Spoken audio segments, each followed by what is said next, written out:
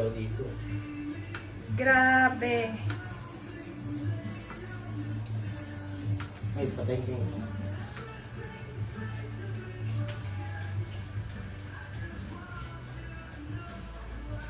Wala pang 1 taon tong bahay namin, pero grabe yung tulo.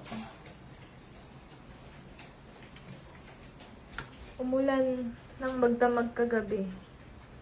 Nilagyan na lang namin ng mga planggana. Hanggang dito sa pader. Tumutulo. Napuno na ito kagabi. Nanilaw na yung mga kisame. Napuno ito kagabi. Ah, talaga? Oo. Hanggang dito, may mga sa mga tubig. cabinet, umano na yung tubig.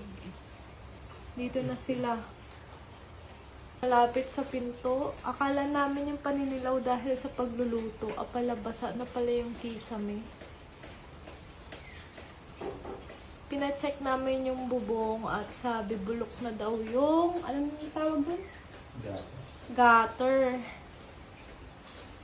Kaya ito, nagtutulo hanggang dito. Kaya ang kalat-kalat, hindi maayos. Nagpuputik. Silipin natin sa labas kung bakit siya nagtutulo. Kung makikita nyo dito, ayan, tumutulo siya sa dingding.